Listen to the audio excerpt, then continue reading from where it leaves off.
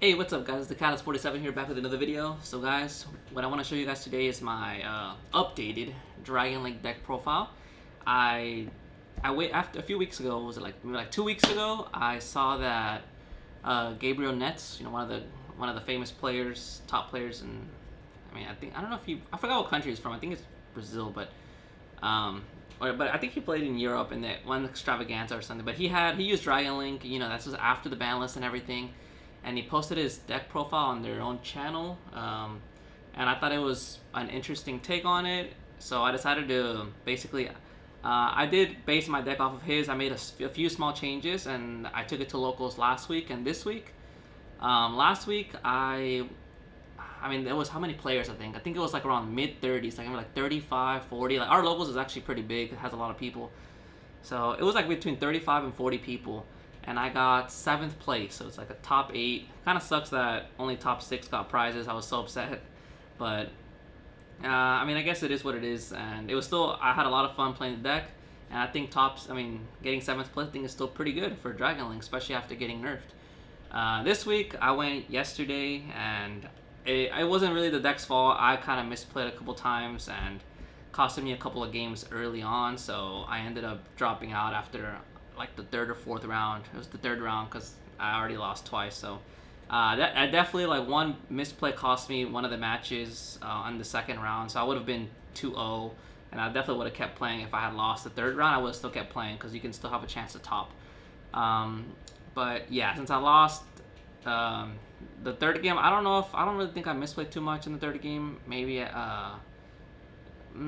was kind of hard to say. I guess I didn't know the matchup too well. It was a live twin. I haven't actually ever faced live twin, so um, I don't know. I guess I probably just didn't use my hand traps or interruptions correctly, and that cost me the game. But yeah, so yesterday did not do so good, but last week, like I said, I did do pretty well with the deck, and I just wanted to showcase it to you guys. So yeah, without further ado, let's get right into the deck profile.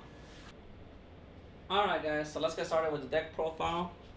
We got, in the main, of course, standard 3 Starly Safer and the 2 Baby Dragons. Of course, this has not changed from my last list. This deck is definitely more like normal summon reliant now, so you definitely want to try and open up a starter. So that's why I run the 3 Safer, and of course the Baby Dragons are absolute must. Going into the Rockets, we got Triple Tracer. Like I said, because the deck is having a little more trouble now playing through Interruption, if you can avoid going into Romulus, because I feel like Romulus is a pretty big choke point, then it's better to go into Seal.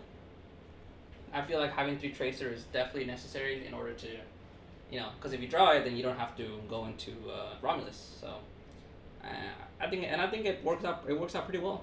We got the 2 Rocket Synchron and the 1 Recharger. The Rocket Synchron we have multiple because we do play Needle Fiber, so it's always nice to have. If you draw one, you still have another one in deck to be able to. If you need to go Needle Fiber, it doesn't come up too often, the Needle Fiber, but it has come up a little bit here and there. And you use it, of course, to go into Hot Red, so you definitely need at least one, but I like to have 2.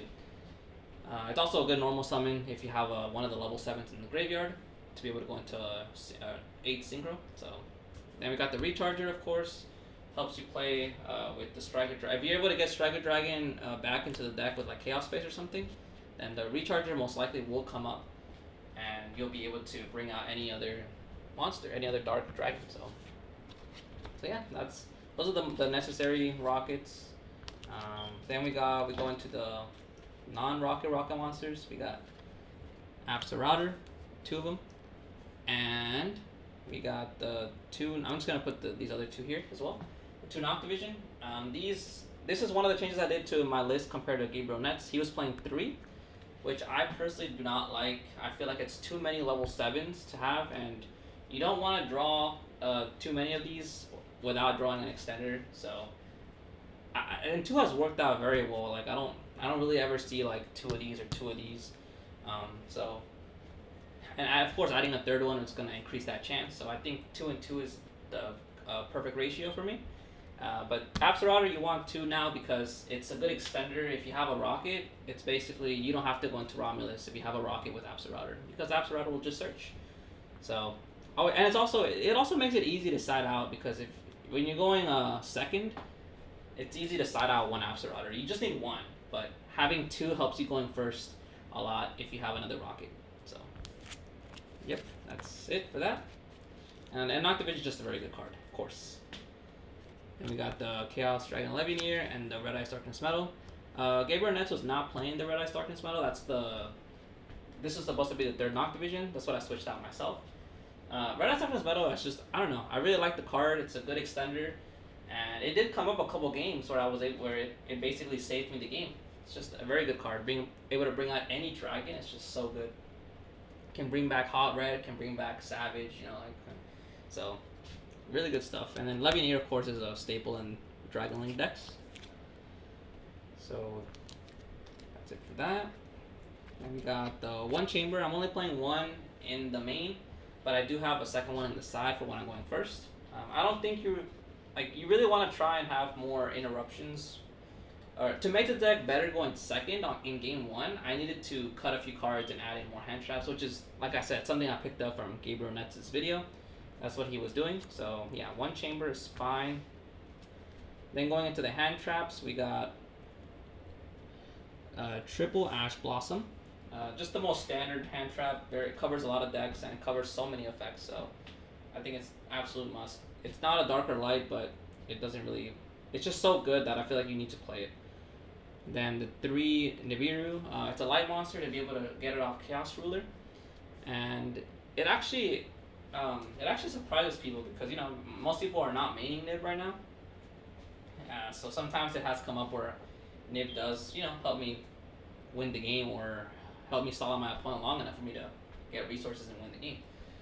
And like I said, it's a light monster, so definitely goes good with Chaos Ruler. And then we got 3 Veiler. Another card that's a light monster that's good with Chaos Ruler. And also it's not once per turn. It does kind of suck that you can't use it on your turn, but you're mostly going to use hand traps on your opponent's turn anyways.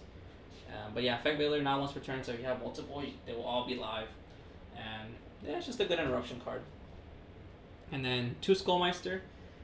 I prefer Ghost Spell, but Ghost Spell is an Earth, so Skullmeister just synergizes better with this deck, with the Chaos Ruler. So, but it did come up a few times where I was able to use it and interrupt my opponent, so it was not bad. And the last card, not really a hand trap, but can be interruption, is Phantasme. This card is searchable. It's a dragon, and it's a level 7, so you can use Safer, pitch one of your Absol or your Noctivision to search it. And it's a good card against. I just wanted to have a little bit of cards in the main to kind of help me against Striker. So this card is very good against Striker because it's hard for them to beat over it, and it negates things like Widow Anchor. So really good card. But yeah, I'm playing 12 hand traps in the main. That's why I had to cut a few of the other the one chamber and the other the third tiding. So yeah. But it's worked out very well for me. The hand traps, I definitely see them more often, and I have been liking the way it's been performing. Oh, and I guess another reason I quickly forgot to mention for the hand traps is that, you would think that Dragon Link would main Gamma, but I personally don't like Gamma that much. Gabriel Nets explains it in his video as well, in the sense that, if they don't use it, if you use Chaos Space, right? Most people will not negate that because if they know that you're playing Dragon Link, they're probably gonna think you're playing Gamma. So most people are gonna wait for you to put a body on the board. So if people are playing around it, then it's not that good because once you finish your board, if you do get to make your full board or whatever, then Gamma is dead. You have monsters on board, so you can't even use it. So it just kind of sucks. And I feel like besides your board, you need more stuff because the Dragon Link board is not as crazy as it used to be. You can still get lucky and get some amazing boards, but consistently it doesn't happen as often anymore. So you definitely want to end with hand traps that you can still use. So that's another reason why I'm not playing Gamma. But yeah, we got for the spells 3 Chaos Space, 3 Quick Launch, of course the best spells in the deck. Super amazing card and not once per turn right here. So yeah, I definitely need to play my 3 each. So that's it for the spell. Oh no, that's not it. Then we got the two field spells. You just need one of each. I definitely don't think you need more than that. Um, it kind of sucks to draw them, but it's not the end of the world, honestly. Yeah, they're still pretty good extenders, even if you draw them. So, yeah, it's gonna happen sometimes. But these are standard, of course. And then we got two traps, the two tidy. Like I said, I'm not playing. I have the third one in the side for when I'm going first, but I had to cut a few things to make room for more hand traps. And yeah, that's basically it. Tiding is just a very good card to out certain cards like Mystic Mine and all that stuff. Just it outs a lot of things that monster effects can't out, basically. So that's it. 40 cards in the main. We always try to go for 40 boys. For the extra, we got the one Striker Dragon, of course, very standard. It's a 1 now. The one Pisty. Pisty is not really, with this deck, you don't get to use Pisty as often because it's, without World Legacy Guard Dragon, you don't get to open up the zone as often anymore. But it does come up every once in a while, and it's still good for link climbing. Like if you need to get a certain body on board, you can just link it off going to Pisty. So it does come up a little bit here and there, but definitely not as good as it used to be. Then we got the 2 Seal. This is probably the best card in the extra deck. Amazing card. Bounces something, gets you another dragon out. So really good stuff. You need 2 because the deck doesn't, because people play so many hand traps, it's gonna happen that you're gonna get interrupted and you won't end on an optimal board. So having a second Seal just helps with the grind game. We got the Romulus, of course. Romulus is your way to Tracer, so absolute must. Then we got the Hockey Fibrax. In all the matches I had like 8 or 9 matches, like 6 last week and 3 yesterday, so that's 9. Yeah, this card only came up once, so I half thought about cutting it, but the thing is, in yesterday's match, if I didn't have it, I would have lost. So, yeah, I don't know. It's still a debate, but I might still keep it. The one Quad Boral, this card is standard now. You need it in order to bring your Rockets back and go into Savage or go into a Synchro 8 or if you want to go into Hot Red, if you bring back Rocket Synchron and you have Chaos Ruler.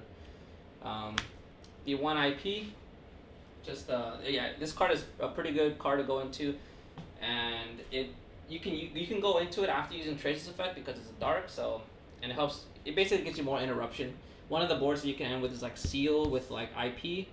And then you bounce something with Seal, you bring out another dragon, and then you can use IP with whatever you brought out to go into Unicorn and bounce something else or return something back to the deck. So really good stuff. More interruption. So this card's really good. But I think the biggest thing is that you can still make it even after using Tracer's Effect. Then of course I already mentioned it. We got the Unicorn to go with IP, and this also helps you link climb to go into the next card. We got the Access Code Togger. Just very good card for OTKing, and with Hockey Fibrax in the deck, and then with Unicorn and IP, it's pretty easy to climb into this card. I did make it a few times in the last 2 weeks that I was in the tournament, so pretty good stuff. We got the World Sword, of course, standard in Dragon Link, just a dragon that you can go into and helps with OTKing. And this is a card that Gabriel Ness was not playing in his build. He was playing Selene. But I personally don't like Selene because you're not running that many spells in this deck anymore, and you have to kind of rely on your opponent having some spells as well. So I don't really. If I had more spells in the deck, then I would probably run Selene. But I think Appaloosa is just a pretty good card as well, and this is one of the cards that helps you open up your Pisty or make your Pisty live basically because it has 3 zones pointing down. Then for the Synchros, we got the Hot Red, we got the Savage, and we got the Chaos Ruler. So these are pretty standard. I mean, Chaos Ruler is an absolute must. A lot of times if you have the option to go Savage or Chaos Ruler, a lot of times you might want to just go Chaos Ruler because the card is just so good. Even if you can't end up going into Savage afterwards, I think it's still sometimes worth it. But yeah, definitely a must. And Savage, of course, is very standard in Dragon Link decks. It's a generic level 8 Synchro and interruption on your opponent's turn. And the Hot Red, of course, since you're running the Rocket Synchron and this, it's pretty easy to make the Hot Red, so definitely all very standard. So that's it for the extra deck. And then we go into the side. I was siding, I had 3 Droll and 3 Artifact Lancia. Droll didn't really come up, probably because I didn't really play. Like, I didn't play Drytron, so this is probably the only matchup I would have used it for. And Lancia did come up, though, against Tri Brigade and a little bit against Virtual World, so I think this card is definitely a must-have in the meta right now. It's a live monster, too, so you can also get it off the Chaos Ruler. And the last monster is the one chamber, the second chamber, for when I'm going first. But yeah, pretty standard hand traps, and the chamber is just, like I said, very good. Now going for the back row hate, we got 3 Cosmic and the 1 Harpies. I don't like Twin Twister in this particular deck because I feel like you really need to keep hand advantage in this deck to be able to keep playing the game, play through interruption and all that. So I don't like the fact that you have to discard, but I would like to play Twin Twister just because it gets rid of 2 cards. But Cosmic can still get the job done all right. It came up a little bit here and there. And Harpies, of course, the one of back row destruction, really good card. So that's it for the back row hate. And then for going first cards, the trap cards, we got 2 anti-spell, the order, and the 3rd tiding. So yeah, these cards are very good, and this card single-handed basically won me the game, one of my games yesterday against Virtual World, because I ended on a nasty board. Like, I ended with Seal, Savage, IP, Chaos Ruler, I had Tiding set, and I had anti-spell set. And actually, if I didn't have anti-spell, he might have, I'm not sure, but he might have broken my board because he had Dark Ruler and Harpies. So he would have, Dark Ruler my board, Harpies my Tiding, and then just, I think he did have some Virtual World stuff to play with too, so. But as soon as I flipped anti-spell, he just scooped. So, yeah, that's basically it. It was very good going first cards. And yeah, that's basically it for the deck, guys. I hope you guys enjoyed. This deck I think it can still compete with the meta. It's definitely not like, I would say it's like tier 1.5. Like, I don't think it's tier 1. But I think it's still a very either high tier 2 or tier 1.5 deck to play with. Very fun and definitely more balanced. And you definitely need to, one of the things about this deck is that it's pretty hard to play effectively and efficiently. So you definitely need to be good with the deck in order to actually make it competitive against the meta. I feel like if you make any mistakes with this deck, it's very punishable. So yeah, but still, like I said, very fun deck. I really enjoy it, and I hope you guys enjoyed the profile. Leave a like, comment, subscribe if you did, and I'll see you on the next video. Peace out.